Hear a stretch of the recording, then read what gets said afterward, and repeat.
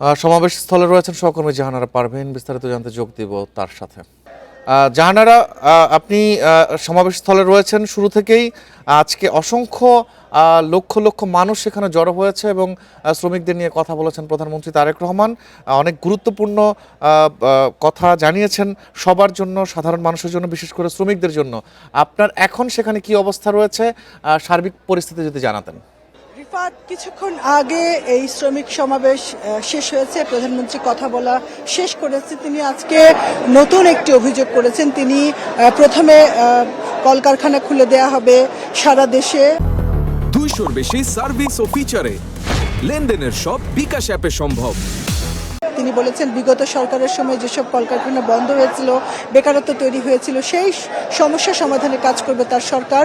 কলকারখানা বন্ধ, কলকারখানা খুলে দেওয়ার ব্যাপারে সিদ্ধান্ত তিনি জানিয়েছেন এবং নতুন বিনিয়োগকারীদের সঙ্গে আলোচনা চলছে বিদেশি, সেটা বলেছেন। কিন্তু একটি বিষয় যেটা আমার কাছে আজকে নতুন মনে হয়েছে, প্রধানমন্ত্রী তার দেশ গড়ার যে প্রতিশ্রুতি বা তিনি নতুন নতুন কি কাজ করতে চান সেগুলো বলেছেন, শ্রমিকদের জন্য নানান প্রতিশ্রুতি দিয়েছেন।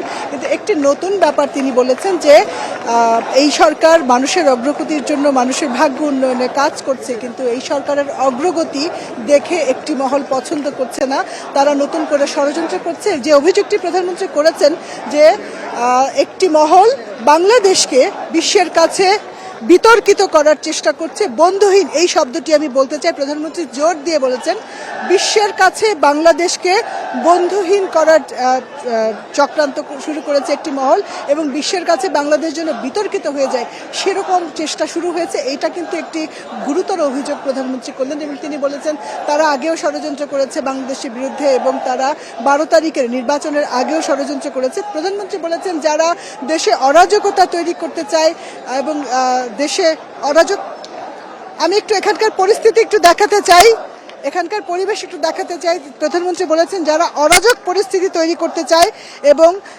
এরকম একটি অস্বস্তিকর অবস্থা তৈরি করতে চায় তাদের ব্যাপারে সবাইকে সতর্ক থাকার জন্য তিনি ছাত্র, শ্রমিক, জনতা, সব শ্রেণীর মানুষকে তিনি আহ্বান জানিয়েছেন তারা যেন সতর্ক থাকে। তিনি আজকে এই শ্রমিক সমাবেশে অনেকগুলো শ্রমিকদের সমস্যা তিনি জানেন এবং তিনি আসলে নির্বাচনের আগেও তিনি খুলনা গিয়ে অনেকগুলো প্রতিশ্রুতি দিয়েছেন শ্রমিকদের কল্যাণে তিনি কি কাজ করবেন সেরকম, এবং সেরকম অনেকগুলো প্রতিশ্রুতি তিনি দিয়েছেন। কলকারখানা খুলে দেওয়া হবে, বিগত সময়ে অনেকগুলো কলকারখানা বন্ধ হয়ে গেছে, সরকারি বেসরকারি, এবং বেকার সমস্যা তৈরি হয়েছে, সেই সমস্যা তিনি দূর করবেন এবং তিনি এইখানে যেন নতুন করে কলকারখানা স্থাপন করা হয় সেজন্য বিদেশি বিনিয়োগকারীদের সঙ্গে সরকার যোগাযোগ করেছে।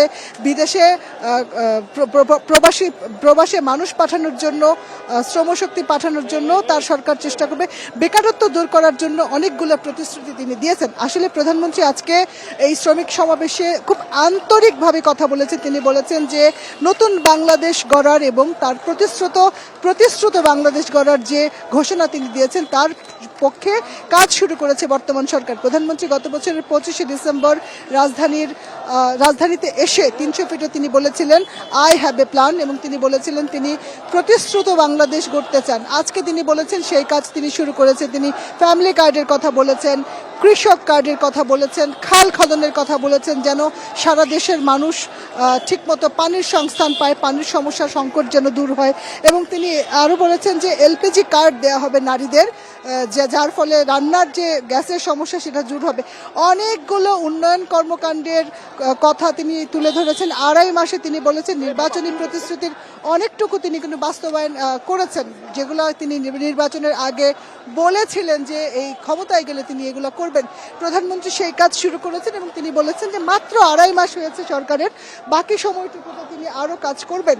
কিন্তু এই অগ্রগতি, এই যে মানুষের জন্য কাজ করছেন, এটা একটি মহল চায় না এবং তারা চক্রান্ত শুরু করেছে। এবং যে অভিযোগটা আমার কাছে আজকে প্রথম যেটা গুরুতর মনে হয়েছে যে বাংলাদেশকে বিশ্বে বন্ধুহীন করার জন্য, বিতর্কিত করার জন্য চক্রান্ত শুরু করে একটি মহল, এবং সেই মহলের পরিচয় কিন্তু তিনি নাম বলেননি, কিন্তু দিয়েছেন যে সেই মহল এর আগেও 12ই যে ফেব্রুয়ারির ইলেকশন সেই নির্বাচনের আগেও তারা বিএনপির বিরুদ্ধে কাজ করেছে। প্রধানমন্ত্রী তার পক্ষে, তার সরকারের পক্ষে জনগণকে, বিশেষ করে আজকে শ্রমিক সমাবেশ, এখানে শ্রমিকদের একটি বড় অংশ ছিল, নেতাকর্মীরা ছিলেন এবং সারা দেশের মানুষের কাছে প্রধানমন্ত্রী আহ্বান জানিয়েছেন যেন তারা এই ষড়যন্ত্র সম্পর্কে সতর্ক থাকে। তিনি বলেছেন তিনি দেশের জন্য কাজ করতে চান, তিনি বাংলাদেশকে অগ্রগতির দিকে নিয়ে যেতে চান এবং মানুষের ভাগ্য উন্নয়ন করতে চান, সাধারণ মানুষের পাশে থাকতে চান। প্রধানমন্ত্রী একজন রাষ্ট্রনায়কের মতো করে কথা বলেছেন যে তিনি এই বাংলাদেশের এখন যে সংকটগুলো আছে সেগুলো তিনি জানেন এবং সেই সংকটগুলো তিনি দূর করতে চান